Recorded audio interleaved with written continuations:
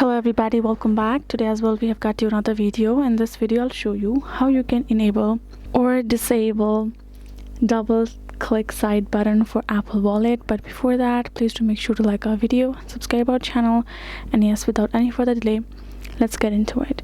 For that matter, first thing would be simply for you to access your settings app on your mobile phone, and now go ahead, simply scroll down a bit and tap on your Apple Wallet. Right, once you have tapped on it, this kind of interface gonna pop up where you're gonna find your card. If you have added them cards over there, once you have found them, once you have added yourself the cards, you will find plenty of options right over here, including add card, and in the bottom section you will find this option of double click side button.